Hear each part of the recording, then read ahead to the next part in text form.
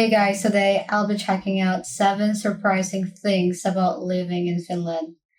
I feel like Finland is a really cool place to live or even just visit, so I'm excited to watch this video. Let's see this. Let's go. Nordic countries consistently rank as the happiest in the world, making it seem like life I've in heard. Finland or in Sweden, Norway, Denmark, or Iceland is as joyful as it gets. But if you Oh, Iceland.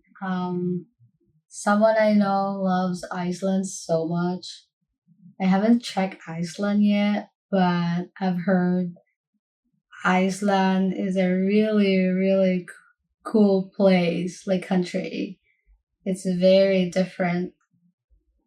It's very green in there too, but really expensive. So I should check Iceland too.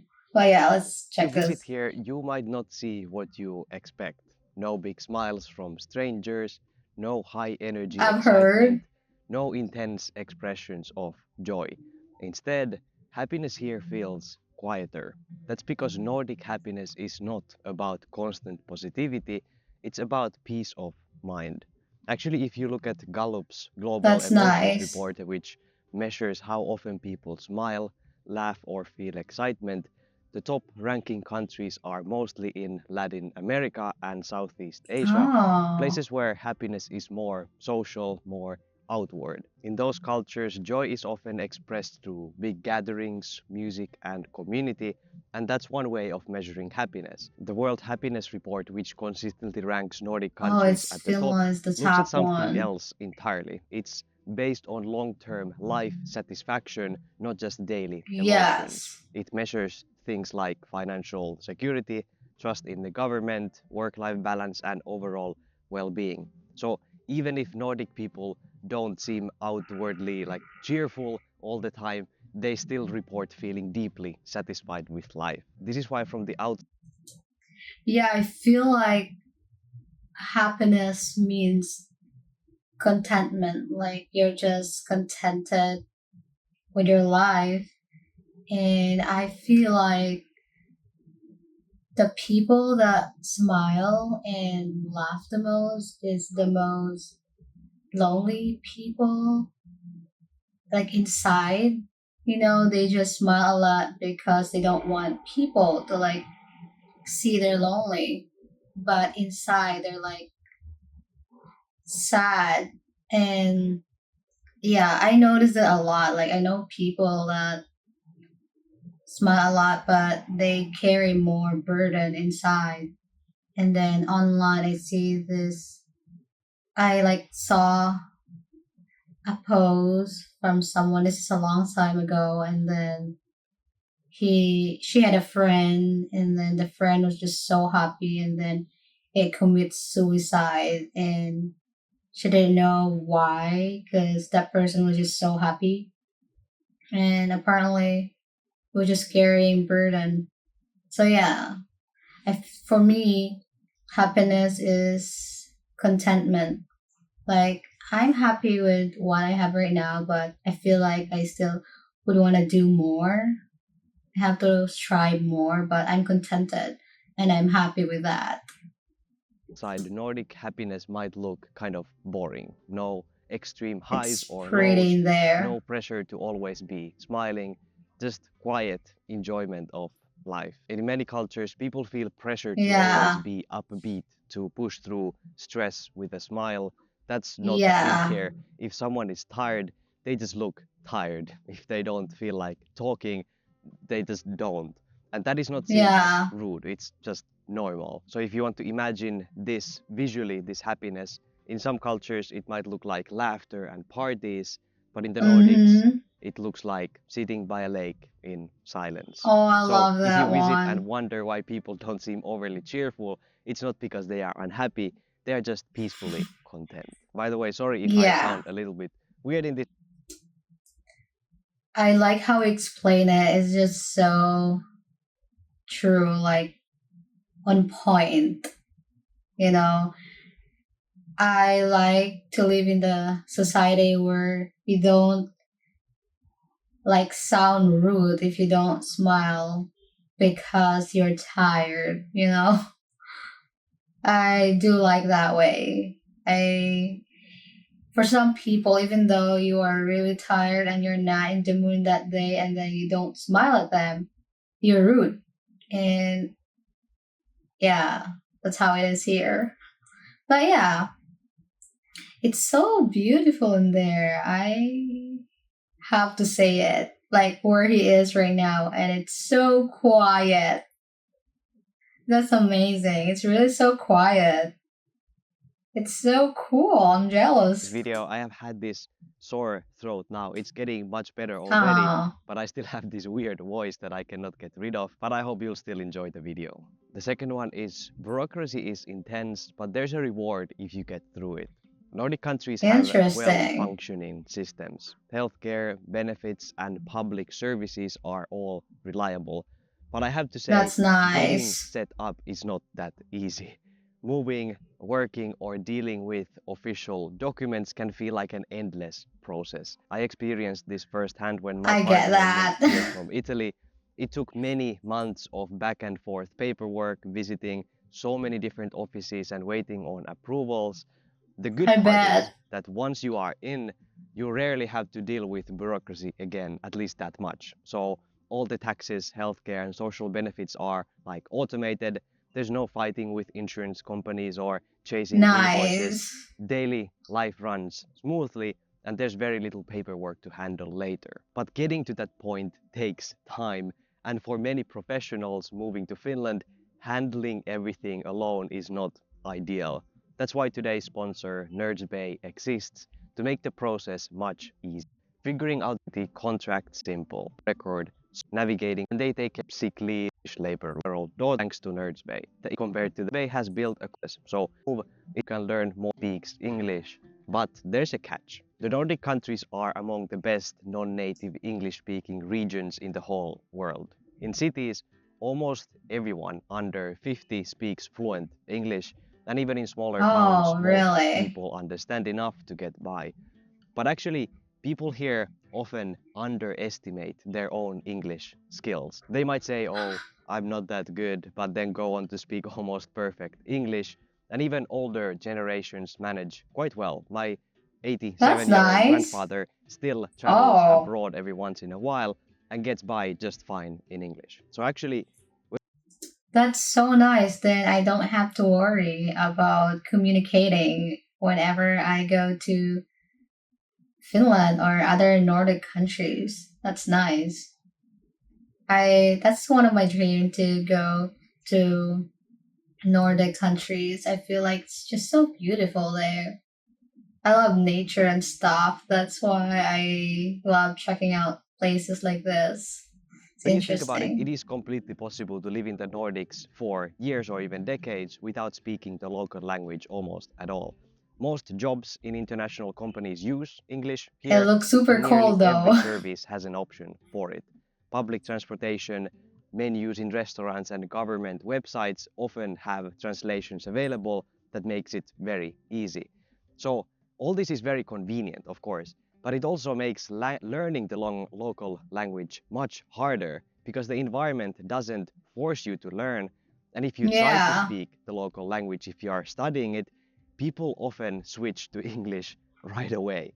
It's not because Oh, they that's don't like nice. appreciate your effort, it's actually meant to be helpful. They just assume that it is way easier for I you to think it speak in is. English than their language. It is efficient, but for anyone trying to learn the language, it can be really frustrating. So to actually improve, you have to I insist on bet. continuing in the local language even when they switch. But despite all this and despite being able to survive just in English, trying to learn the local language is, I think, still very valuable wherever you are, and people will always respect you a lot for it. Number That's four, nice. So yeah, I've heard the Finnish language is really, really difficult. I doubt I've learned it, but yeah, if English is really good there, I don't think I would want to try. But maybe some basic ones. Seasonal extreme changes. seasonal changes.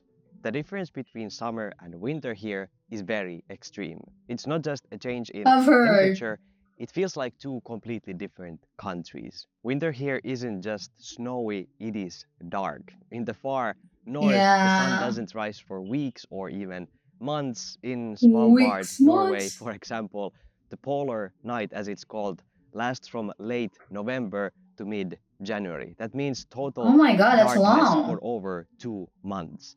Even But that's beautiful. That's in the southern parts beautiful. of the Nordic countries, winter days are extremely short. The sun might rise around 10 a.m. and set again by 3 p.m. So this lack of daylight, 10 of a.m. Oh my course, god. affects energy. 10 a.m. 11, 12, 1, 2, 3. Just 5 hours sunlight? And that is so short. It's crazy. And I've heard that it's so cold in Finland. Like really, really cold. Like the winter is really intense. Yikes. Ah, that's crazy. I hate cold. Levels, and it's common to feel more tired, less motivated, and even experience Yeah, this seasonal depression when the sun barely yeah. makes an appearance. And then I get suddenly that. everything flips. In summer, the sun barely sets or doesn't even set at all. In Svalbard, That's the extreme cool. light situation now continues in the complete other direction. So summer brings the midnight sun from April 20th to August 23rd. That's over Wow, that's four long. months without a Four single months, night, yeah. like actual night when it's dark, as the sun stays above the horizon the entire time. Even in the south, there's Wow, still that's light cool. well past midnight. The sun dips toward the horizon like just a bit, but it never truly gets dark. After months of darkness and cold, the light and warmth bring everything back to life. Like the cafes fill up and parks are packed and the entire atmosphere shifts. But as extreme as it is, it's one of the things many Nordic people love the most, myself included. The fifth one is silent Silent politeness. In many politeness. countries, politeness is about words, saying please, sir, Yeah, yeah. madam, excuse me, and making Mm-hmm. conversations to show your friendliness. Smiling at strangers, greeting people very Mm-hmm. warmly, and asking about someone's day, even like casually, are all seen as basic manners. But in the Nordic culture, Fake. politeness is much more about actions than actual words. People don't feel the need to Really? express politeness in a way that makes others feel good through conversation. Instead, they show respect by being efficient and giving others space and not Oh, making unnecessary demands. Nordic languages I actually like don't even that. have a direct translation for please in the same way English does. In Swedish, requests often just use kan du or skulle du kunna, Can which do. in English means can you or could you. It's direct but not considered rude. In Finnish, people use voisitko, which means could you, and also ole hyvä, which actually Bicycle. means here you go, not please. Instead of adding extra words to soften a request, people keep it short and to the point, but with their tone and phrasing, they make it sound polite. And overusing polite phrases can actually Interesting. sound passive aggressive instead of nice. So excessive thank yous or overly formal language can come across as unnatural, like you are trying too hard. Number six, Yeah. This is nice. I like it that way. Like I hate like in here, people are just so like friendly and nice. Like sometimes it comes like fake, you know. So yeah, I think this way is better. Like they show you not just like act, you know. the big difference between North and South. Denmark and Iceland are a bit different, but in Norway, Sweden, and Finland, there's a clear divide. The south is where most people live, while the north is vast and much less populated. In Finland, for example, about Oh, 80% of the population lives in the southern third of the country, while the north, Lapland, is mostly small towns 30%, and open 3%. wilderness. Sweden has an even more Wow. extreme divide. The northern part of the country covers nearly 60% of Sweden's land area, but is home only to about 12% of the population. The further north you go, the fewer people you will find. In some areas, the Is it because it's more cold in the north? That's why? nearest grocery store, hospital, or even in some cases, the neighbor can be tens of kilometers away. Roads stretch endlessly through Wow. forests, and people are more self sufficient simply because they have to be. So, this difference isn't just about population, it also shapes how life feels. In the south, cities are well connected and full of international influences, and in the north, it's quieter, more traditional, and life is really shaped by extreme weathers. Schools That's are often nice. small, and It's for cool. some students, getting to class means traveling very long distances. While tourism, especially for Oh, northern lights trips and outdoor adventures, has brought in more visitors and life to the north, daily life in these areas looks quite different still compared to the south, where everything is close and accessible. The it's seventh one very is quite interesting and interesting. different. People here are lottery winners, but they don't realize it. There's a common What's saying that in Finland mean? that being born here is like winning the lottery. Free healthcare, high quality education, Yes. financial safety nets, and low crime rates make life here very stable and predictable. But when you have Yeah, always it's had these nice. things, it's very easy to take them for granted. In many parts of the world, people I worry daily agree. about things that aren't even a thought in the Nordic countries. Since major life struggles are mostly taken care of, here the focus shifts to smaller inconveniences. Like people get frustrated about high taxes, but they don't realize that they actually pay for the security and benefits that most Yeah. people cannot even imagine. People complain about the bad weather, but at the same time, they have warm homes, reliable infrastructure, and safety even in extreme conditions. For many Yeah, Nordic it's people, traveling crazy. or living abroad is the first time they truly realize how good they have it.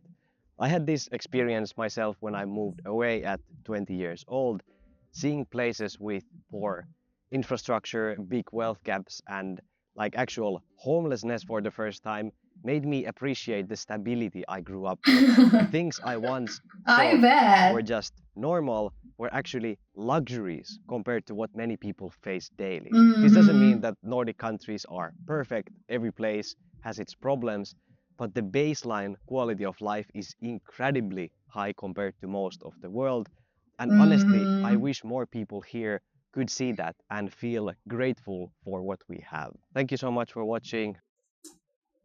Yeah, I feel like a lot of people like don't see it until they leave, and then you don't appreciate it as much because you're used to the things that you always do and get every day or in your life. So you don't see it. So it's like taken for granted. But then when you move to a different country and you like hate it there because things is just different and it's worse than you expected. And yeah, I think I don't mind paying a lot of taxes when I get a good benefits. I always say this in every video that I reacted, but that's just what I feel. You know, this is a very good video, and this just makes me want to visit Finland too. It looks cool there, and the nature is just beautiful. Yeah, thank you guys for watching. I'll see